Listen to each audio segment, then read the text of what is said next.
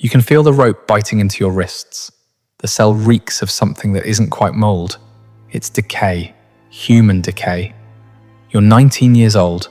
In the last 2 years, you've done what kings couldn't do. You've crowned a nation. You've shattered siege lines that military strategists said were unbreakable. English commanders have woken up screaming your name from their nightmares, but they got you anyway. Your head is shaved. The cold air makes your scalp sting like 10,000 needles are pressing into your skin. They dragged you through that humiliation like it was a coronation in reverse, unmaking you piece by piece. Your armor is gone. Your voice doesn't carry anymore. The guards don't flinch when you speak. You signed a paper today. The words are still a blur, but you remember the shape of what they meant. Renounce your saints. Your voices are demons. The visions that change the course of history, hallucinations. The mission God gave you, a delusion. And wear this dress, this suffocating, degrading dress that turns you back into a thing instead of a warrior. You thought you were saving your life. What you actually signed was the perfect trap. And the cruelest part? They designed it so you'd walk right into it yourself. This is the story of how Joan of Arc was legally murdered, how the most sophisticated legal machine of the medieval world was weaponized against a teenage girl who had no idea she was walking into an inescapable cage. This isn't just about a trial. This is about the systematic destruction of a human being using the law as a weapon. And what happened to her in 1431 is still happening today. If you think history is worth getting right, stay close, because this is a story that history tried to erase. Let's go back to 1429. You need to understand who Joan was before they broke her, because that's the only way to understand how they broke her. France is dying, not metaphorically, actually, literally dying. The 100 Years' War has been grinding for over a century. Think about that, a century. 100 years of your nation bleeding out while the English take piece after piece, castle after castle. The south is English, the north is English, the coast is English. Your king sits in a palace in Bourges, uncrowned, watching his kingdom shrivel like a corpse left in the sun. The war isn't just draining gold anymore, it's drained hope. Military commanders are convinced the English can never be beaten. Nobles are making deals with the enemy. Parents are teaching their children that French victory is a fairy tale. This isn't a war anymore. It's an occupation wearing the costume of a war. Then in January 1429, a girl walks into the Dauphin's court. She's from Domremy, a place so small that most educated men in France couldn't find it on a map. She's illiterate. She's never held a sword. Her name is Joan, and she tells Charles that she's been sent by God to save France.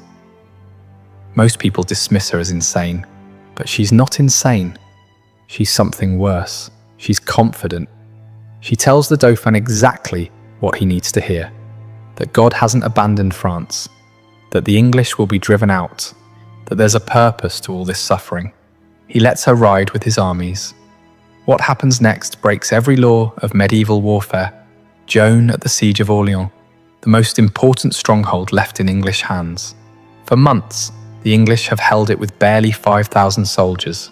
But English soldiers, experienced, battle-hardened.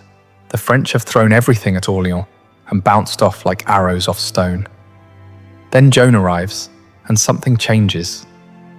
It's not that she fights differently, it's that the soldiers believe differently. When she rides toward those walls, they follow her not because she's given a tactical order, but because something in her presence says, this will not fail. And somehow, miraculously, it doesn't. Orleans falls. The English commander is captured. The impossible becomes possible. One victory, then another, then another.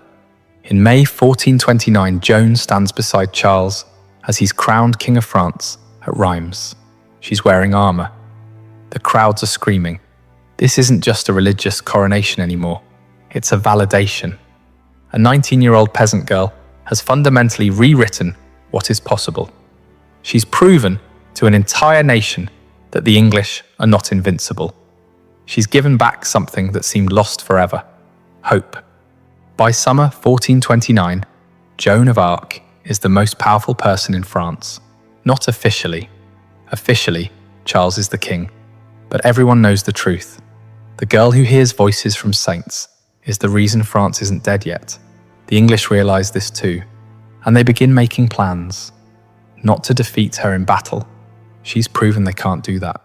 She's blessed, or if you're cynical, she's got luck that defies mathematics. No, they're going to destroy her in a courtroom, because there's one place Joan's divine mandate doesn't work, inside the architecture of theology and law. In May 1430, Joan is leading troops at Compiègne, a small town near the border between French and Burgundian territory. The Burgundians are technically French nobles, but they've been English allies since the Treaty of Troyes. They're playing both sides, and everyone knows it. A Burgundian soldier nabs Joan during a skirmish. It's almost mundane. One moment she's on horseback, rallying troops. The next, she's dismounted, surrounded, captured. It should have been the end of the story. A prisoner of war, maybe ransomed, maybe traded, maybe released. But it wasn't. Instead, the Burgundians sold her 10,000 livres tournois. That's the price of a saint. That's the price of the woman who single-handedly changed the course of European warfare. For context, that sum of money could feed a family for 2 centuries. It's not just ransoming a prisoner of war, it's a sale, a transaction. The English aren't buying a girl. They're buying an icon they need to destroy. Here's what's fascinating. Joan isn't valuable because she's a military threat anymore. She's valuable because she's a symbol. She's proof that God favours France. She's living evidence that the English occupation can fail. If they can prove she's a fraud, that her voices are demonic, that her visions are delusions, that she's a witch working dark magic, then they haven't just killed a soldier. They've killed an idea. They've made her testimony against herself. They've used her own mouth to recant everything she was. In January 1431, Joan arrives in Rouen, the English stronghold, the military capital of English-occupied France. The trial that follows is supposed to be a religious investigation. Ecclesiastical court, bishops, theologians, church law. It all has the appearance of legitimacy, but it's a show trial. Every aspect of it is choreographed. Joan is held in chains, not in a convent with nuns as church law requires, but in a military fortress with 5 English soldiers guarding her 24/7. The courtroom is filled with pro-English judges. The prosecutor is working directly with English military command. Her advocates are actually judges in disguise, arguing against her instead of for her, and they're prepared to destroy her systematically. For 70 sessions, 70 separate court hearings over months, they hammer at her. The brightest theologians in France versus a 19-year-old girl who cannot read or write. She has no lawyer, she has no advisor, she's alone. But here's the thing, she's winning. Not in an official sense. She's never going to convince these judges. But she's winning in a way that matters more. She's winning in the court of human intelligence. When they ask if she knows she's in God's grace, a classic theological trap designed so any answer condemns you, she delivers one of the most perfect responses in the history of language. If I am not, may God put me there, and if I am, may God so keep me. They ask if God hates the English. She answers, of the love or hate God may have for the English, I know nothing, but I do know that they will all be driven from France, except those who die here. It's not defiant, it's not reckless, it's perfect. She's outsmarting men who spent 20 years in universities. She's quoting scripture back at theologians. She's parrying every theological trap they set. They threaten her with torture, show her the instruments, the rack, the strappado, devices designed to systematically dislocate your joints while keeping you alive long enough to suffer. She looks at them and says, truly, if you were to tear my limbs from me and drive my soul from my body, I would not tell you anything more. And then the critical part.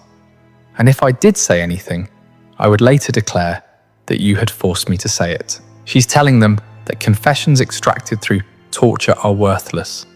She understands legal process better than they do. She understands that they can break her body, but her testimony will always be compromised. They back down. They can't torture her, so they switch tactics. If they can't break her through theology or torture, they'll break her through fear and exhaustion. They're going to kill her. But not yet. Not before she signed something. May 24th, 1431. You're dragged out of your cell for the last time.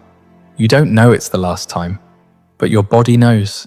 Something has shifted in how the guards touch you. There's finality in their grip. They bring you to the Cemetery of Saint-Ouen, a public place, a square. Hundreds of people are already gathered. No, thousands. Word has spread that this is the day Joan burns. There's a scaffold with 2 preachers on it. Bishop Pierre Cochon is there, the man running the trial, the man who's been orchestrating your destruction. He's pro-English, he's ambitious, he's been trying to become Archbishop of Rouen for years, and the English have made it clear, condemn Joan and the position is yours. He's going to preach at you now, a final sermon condemning you as a heretic, a witch, a danger to Christendom.